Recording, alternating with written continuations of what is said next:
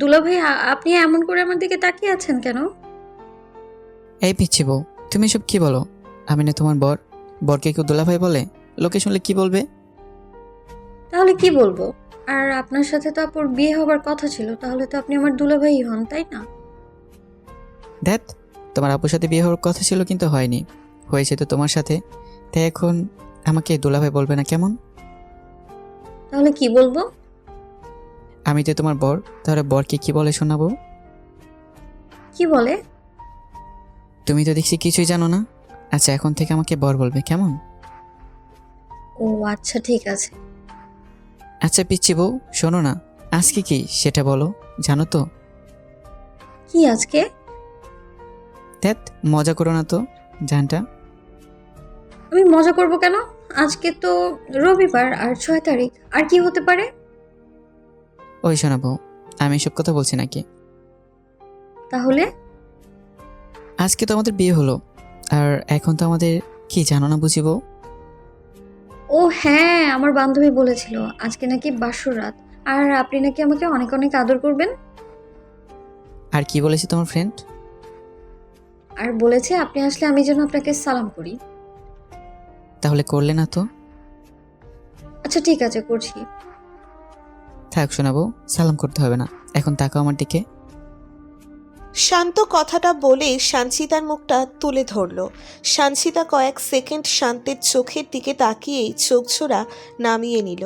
লজ্জায় ওর গালগুলো কেমন টমেটোর মতো লাল হয়ে গেল। শান্ত সেটা বেশ বুঝতে পারছে, তারপরও বলল, চোখ নামিয়ে নিলে যে? আমার যেন কেমন কেমন লাগে। কেমন কেমন লাগে শোনাবো? জানি না। বউ, এই বউ, তাকাও না আমার দিকে। আমি পারবো না, আমার কেমন কেমন যেন লাগে। আরে বাবা, কেমন লাগে সেটাকেও বলবে? বললাম তো জানি না, কিন্তু কেমন লজ্জা লজ্জা লাগছে, আপনার দিকে তাকাতে আমি পারবো না। তাহলে তোমাকে দেখবো কি করে?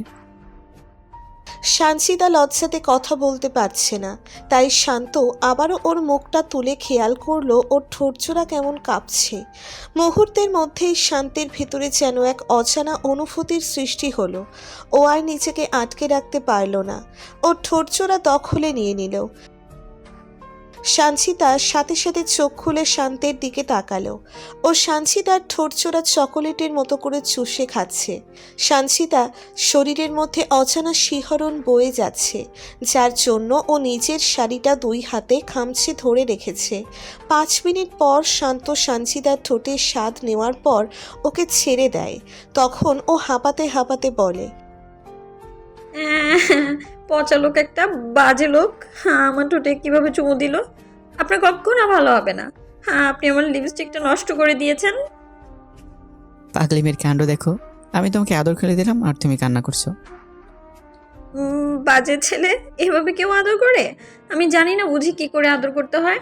আর আর আপনি কি বাজে একটা লোক। কিভাবে আমার ঠোঁটে চুমু দিয়েছেন?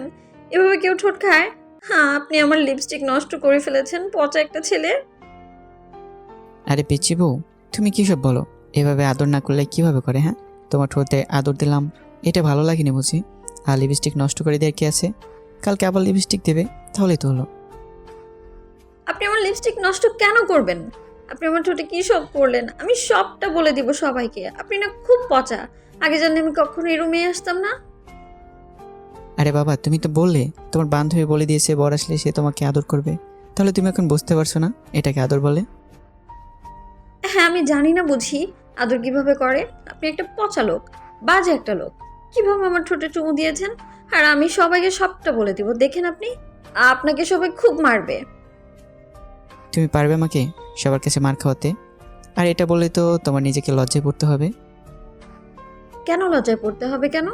আর আমি আবার কি করলাম? আপনি তো উল্টো আমার ঠোঁটে লিপস্টিক নষ্ট করে দিলেন। আরে বাবা, তোমার ঠোঁটে লিপস্টিক নষ্ট করে দিলাম তার জন্য তুমি কান্না করছো, কিন্তু তোমাকে আদর করলাম তাতে তোমার ভালো লাগেনি বুঝি? শান্ত কথাটা বলেই সানসিদার চোখের দিকে তাকিয়ে রইল। ও কেমন লজ্জায় চোখজোড়া নামিয়ে নিল। শান্ত ওর মুখের পাশে হাত দিয়ে মুখটা তুলে খেয়াল করলো সানসিদার গালগুলো এখনো লজ্জায় লাল হয়ে আছে।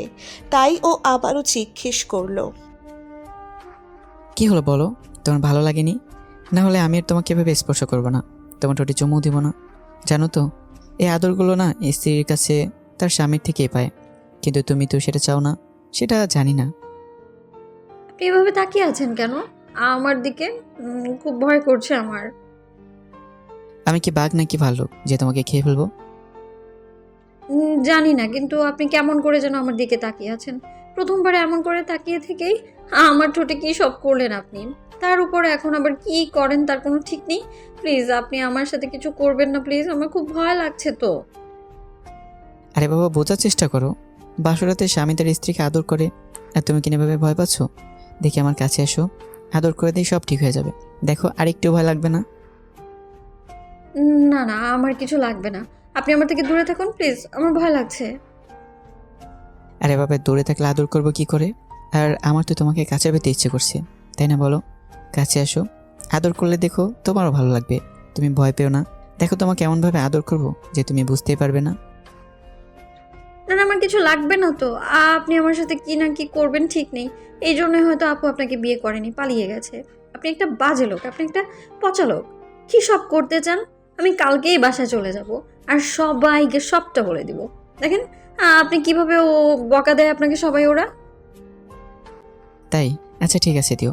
আগে একটু আদর করি, তারপর তুমি ঠিক করো যে তুমি বাসায় চলে যাবে নাকি আমার কাছে থাকবে। এখন কাছে আসো। শান্ত এগোতেই সানজিদা পেছোতে লাগলো। তখন শান্ত ওকে এক টানে বুকে এনে ফেললো। তারপর ওকে বিছানায় শুইয়ে দিল। সানজিদা শান্তের চোখের দিকে ড্যাব ড্যাব করে তাকিয়ে আছে। শান্ত ওকে দুই হাতে কোমরে জড়িয়ে ধরে রেখেছে।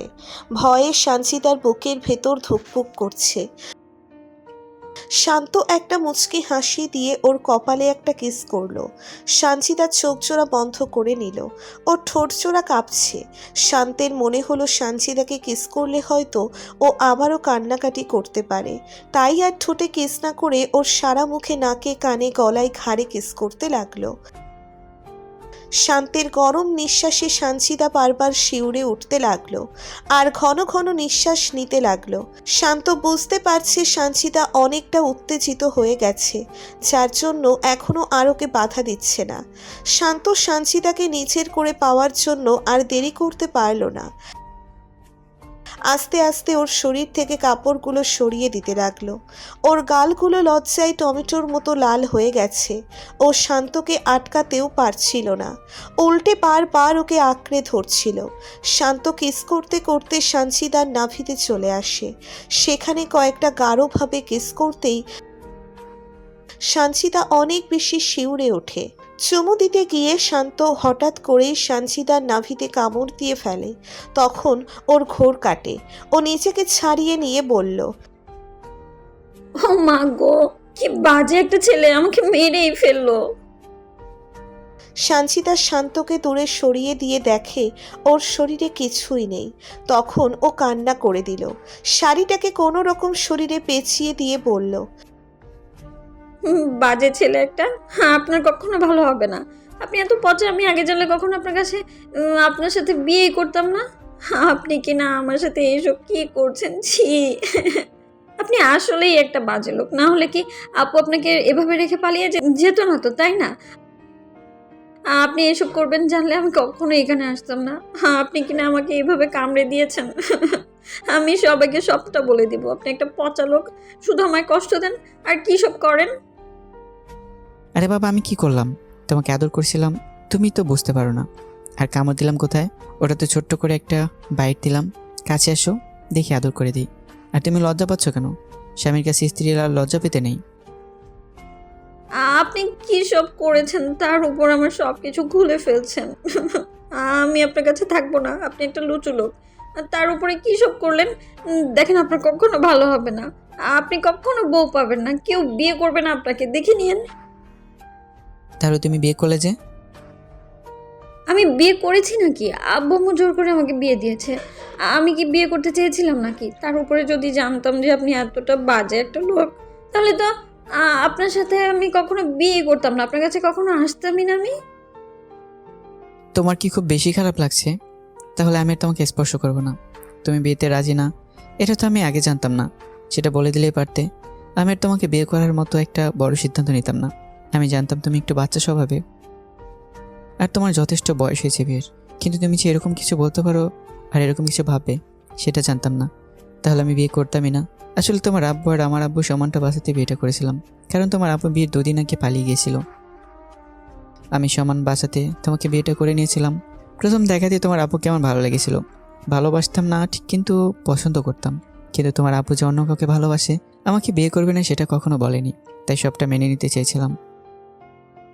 ভেবেছিলাম তুমি হয়তো আমার কপালে ছিলে, এই জন্য তোমাকে আমি বউ হিসেবে পেয়েছি। তাই ভালোবাসি নিজের করে নিতে পারবো, আমার স্পর্শগুলো দিয়ে তোমাকে বুঝিয়ে দিতে পারবো তোমাকে কতটা নিজে করে পেতে চাই। কিন্তু তুমি তুমি তো আমার ভালোবাসায় বুঝতে পারলে না। আচ্ছা ঠিক আছে, আমি আর তোমাকে স্পর্শ করব না। সানজিদা ভয়ে কুঁকড়ে আছে। ও শাড়িটা কেমন শরীরে পেঁচিয়ে রেখেছে। শান্ত ওর কাছে এগিয়ে গিয়ে যখন শাড়িটায় হাত দিবে তখনই সানজিদা কান্না করে দিল। আর শান্ত বলল, ভয় নেই, তোমাকে আর স্পর্শ করব না। তুমি শাড়িটা পেঁচে রেখেছো, তাই শাড়িটা তো অন্তত পরিয়ে দিতে দাও। আপনি মিথ্যে বলছেন, আপনি কি করবেন তার কোনো ঠিক নেই। প্লিজ আমার কাছে আসবেন না প্লিজ। সানজিদার কান্না থামছিল না, তাই শান্ত ওকে একটা ধমক দিয়ে তারপর শাড়িটা নিয়ে ওকে খুব সুন্দর করে পরিয়ে দিল। সানজিদাকে বিছানায় রেখে শান্ত উঠে গিয়ে বলতে লাগলো, এখন ঘুমিয়ে পড়ো, ভয় নেই। আমি বিছানাতে ভুলে বাসবো না, তাতে তোমার ভয়টা যদি একটু কমে। শান্ত ওয়াশরুম থেকে ফ্রেশ হয়ে এসে তারপর সোফায় শুয়ে পড়ল। সানজিদা ওর দিকে ফ্যালফ্যাল করে তাকিয়ে আছে। শান্ত একটা বার ওর দিকে তাকালো না। ও শুধু বারবার ভাবছে কপালে কি শেষ পর্যন্ত এই ছিল, যার জন্য নিজের বউকে না এভাবে দূরে সরিয়ে দিল। একটা মাস এভাবে পার হয়ে গেল। সানজিদা যেন শান্তের থেকে দূরে থাকতে পারলেই বাঁচে। শান্ত ভেবে পাচ্ছে না ওকে কখনো নিজের করে নিতে পারবে কিনা, তাই আশাটা প্রায় ছেড়েই দিয়েছে। ওকে এভাবে মন খারাপ করে থাকতে দেখে ওর বন্ধু বিষয়টা জিজ্ঞেস করলে শান্ত সবটা শেয়ার করে। সব শোনার পর ওর বন্ধু ওকে একটা প্ল্যান বলে দেয়। শান্তও ভাবে এই অনুযায়ী কাজ করলে হয়তো সানজিদা ওকে ভালোবাসে সেটা বুঝতে পারবে। শান্ত সেদিন বাসায় এসে ফোনে কারোর সাথে কথা বলতে লাগলো। সানজিদা রুমে আসতেই খেয়াল করে শান্ত হাসি খুশিভাবে কার সাথে যেন কথা বলছে। ওকে এমন করে কথা বলতে দেখে সানজিদার ভেতর বেশ কৌতূহল হচ্ছিল জানার জন্য শান্ত কার সাথে কথা বলে। সানজিদাকে ফ্যালফ্যাল করে তাকিয়ে থাকতে দেখে শান্ত বলে, কি হলো, তুমি কিছু বলবে? বলছিলাম কি, আপনি কার সাথে এত কথা বলছেন? আর কে ছিল ফোনের ওপাশে যার সাথে এত হাসাহাসি করে কথা বললেন? কেন বুঝতে পারো না? ও একটা মেয়ে ছিল। আর মেয়েটাকে জানো তো? না, ওই জন্যই তো জিজ্ঞেস করছি কে মেয়েটা। কে আর হবে? বিয়ের আগের থেকে আমার অফিসের একটা কলিগ আমার পিছনে পড়েছিল। মেয়েটা আমাকে প্রচণ্ড ভালোবাসে, তাই প্রপোজালটা অ্যাকসেপ্ট করে নিয়েছি। মানে কি বলছেন আপনি? কি আর বলবো, মেয়েটা আমাকে ভালোবাসে, তাই একটু কষ্ট দিতে চায় না। আর তুমি তো কয়েকটা দিন পর চলেই যাবে, তাহলে আমার তো কাউকে না কাউকে ভালোবাসতে হবে, তাই না? আমি তো আর একা থাকতে পারবো না। তোমার না হয় একা থাকার অভ্যাস আছে, কিন্তু আমার পাশে থাকার মতো কাউকে চাই, তাই না? শান্ত কথাটা বলেই সেখান থেকে বেরিয়ে গেল। শান্ত কথাটা বলেই সেখান থেকে বেরিয়ে গেল। আর সানজিদা ভাবতে লাগলো শান্ত কেন এরকম করছে। শান্ত তো বারবার বলতো ওকে ভালোবাসে, তাহলে আজকে হঠাৎ করে কি এমন হলো যার জন্য এভাবে পাল্টে গেল। এভাবে 15টা দিন চলে গেল। এর মাঝে তুষি বারবার শান্তের কাছে জানার চেষ্টা করেছে ওকে সত্যিই মেয়েটাকে ভালোবাসে কিনা। শেষ যেদিন শান্ত মেয়েটার সাথে কথা বলার সময় সানজিদা বেশ রেগে যায়, তারপর এসেই শান্তের হাত থেকে ফোনটা কেড়ে নিয়ে দেওয়ালে ছুঁড়ে মারল। শান্ত দেখল রাগে সানজিদা আগুনের মতো জ্বলছে। সানজিদা এমন একটা কাজ করবে সেটা শান্ত ভাবতেও পারেনি। কি হলো, তুমি ফোনটা ভেঙে ফেললে কেন? আমার ফোনটা কি দোষ করেছে যার জন্য তুমি ফোনটা ভেঙে ফেললে? ভাঙবে না তো কি করবে? হ্যাঁ, আর দোষ তো আপনি করেছেন, আপনার ফোন না। আমি আবার কি দোষ করলাম? আপনি জানেন না লুচু ছেলে একটা বাজে লোক, একটা ঘরে বউ থাকতে অন্য একটা বাজে মেয়ের সাথে আপনি এইভাবে কথা বলছেন? আপনার একটুও লজ্জা লাগে না? না, বউ থাকতে কিনা আপনি বাইরের একটা মেয়ের সাথে সম্পর্ক রেখেছেন? হ্যাঁ, আপনি কি ভাবেন আমি কিছু বুঝি না? হ্যাঁ, আপনাদের মাঝে কিসের সম্পর্ক সেটা আমি বুঝি না? হ্যাঁ রেখেছি তো। কেন রাখবেন? আমি আপনার বউ হই, আর আপনি আমাকে না ভালোবেসে তাহলে কাকে রাখবেন আপনি? আরে বাবা, তুমি তো আমার সাথে থাকতেই চাও না আর আমাকে ভালোবাসতে পারবে না, তাহলে আমার অন্য কাউকে ভালোবাসলে সমস্যা কী বলো? আর কি বললে আমি তোমাকে ভালোবাসতাম? একটা সময় ভালোবাসার চেষ্টা করেছিলাম, কিন্তু তুমি তো আমাকে বোঝারই চেষ্টাই করোনি, তাই অন্য কাউকে ভালোবাসার চেষ্টা করছি। না, করবেন না, কারণ আপনি আমাকে ভালোবাসেন। আমাকে ছেড়ে আপনি কোথাও যাবেন না। আর ভুলেও যদি ওই মেয়েটার সাথে কথা বলেন না, তাহলে আগে আমি আপনাকে শেষ করে ফেলবো, তারপর নিজে শেষ হয়ে যাব। আমি তোমাকে ভালোবাসলে তাতে লাভ কি বলো? আর আমিও মেয়েটার সাথে কথা বলে তোমার সমস্যা কি? বুঝতে পারলাম না। আরে তুমি এত রেগে যাচ্ছ কেন? আপনি বুঝতে কেন পারেন না? কারণ আমি আপনাকে ভালোবাসি, আর নিজের বরকে কেউ অন্য মেয়ের সাথে ভাগাভাগি করতে পারে না। আমি কি করে সহ্য করব বলেন তো এসব? সানসিদা কথাটা বলেই লজ্জায় শান্তের বুকে মুখ লুকিয়ে নিল আর বলল, প্লিজ আপনি এমনটা করবেন না। দেখেন না, আমার খুব কষ্ট হচ্ছে। আমি অন্য কারো পাশে আপনাকে কখনোই মেনে নিতে পারবো না। আমি বুঝতে পারছি আপনি কেন এমনটা করছেন। দেখেন, আমি আর কখনো আপনাকে বাধা দিব না। আপনি যখন খুশি আমাকে নিজের করে নিয়েন প্লিজ। আমি সবটা বুঝে গেছি, সবাই আমাকে বুঝিয়েছে স্বামী স্ত্রীর মাঝে সম্পর্কটা স্বাভাবিক একটা সম্পর্ক। আর আমি কয়েকটা দিনে খুব ভালো করে বুঝে গেছি আপনি আমায় কতটা ভালোবাসেন। প্লিজ আমাকে দূরে সরিয়ে দিবেন না, তাহলে আমি অনেক কষ্ট পাবো। কিন্তু তুমি তো নিজেই চাইতে না আমি তোমার কাছে আসি, তোমাকে ভালোবাসি, তাহলে এখন এইসব কথা বলছো যে? তখন তো বুঝতে পারিনি, ভয় পেতাম, কিন্তু এখন তো সবাই আমাকে বুঝিয়েছে। আমার বান্ধবীও আমাকে বলেছে এটা স্বাভাবিক, আপনি আমাকে ভালোবাসেন তাই আমাকে আদর করেন। আর আমিও তো সেটাই চাই। প্লিজ আপনি আমাকে আর কষ্ট দিয়েন না প্লিজ। আমার খুব খারাপ লাগে যখন আপনি ওই মেয়েটার সাথে কথা বলেন। ফোনের ওপারে কোনো মেয়ে ছিল না, আমি শুধু তোমাকে রিয়েলাইজ করার জন্য এইভাবে একটা অভিনয় করতাম। তার মানে আপনি আমাকে কষ্ট দেওয়ার জন্য এরকমটা করলেন, তাই তো? কষ্ট দিতে না, বোঝাতে। আর এখন তো তুমি বুঝতেই পারছো। আমাকে কষ্ট দিতে আপনার খুব বেশি ভালো লাগে, তাই না? আপনি খুব বাজে একটা লোক, খালি আমাকে কষ্ট দেন। আর কষ্ট দেব না, তাকাও, দেখে আদর করে দিচ্ছি। চাই না আপনার আদর, আপনি খুব বাজে একটা লোক, ছাড় না আমায়। আরে বাবা, এই তো বললে তুমি আমাকে ভালোবাসো, আদর চাও। যদি না চাও তাহলে জড়িয়ে ধরেছে কেন? ছাড়ো, আমি মেয়েটার সাথে কথা বলি। না, একদম না, তাহলে কিন্তু আমি উল্টাপাল্টা কিছু একটা করে ফেলবো। কি করবে উল্টাপাল্টা? শান্ত কথাটা বলতেই সানসিদা ওকে ছাড়িয়ে নিয়ে ওদের চারটে ঠোঁট এক করে দিল আর পাগলের মতো ওর ঠোঁটে চুমু দিতে লাগলো। সানসিদার কর্মকাণ্ড দেখে অবাক হয়ে গেছে, তাই ও আর অপেক্ষা না করে সানসিদার কোমর জড়িয়ে ধরে ওর সাথে রেসপন্স করতে লাগলো।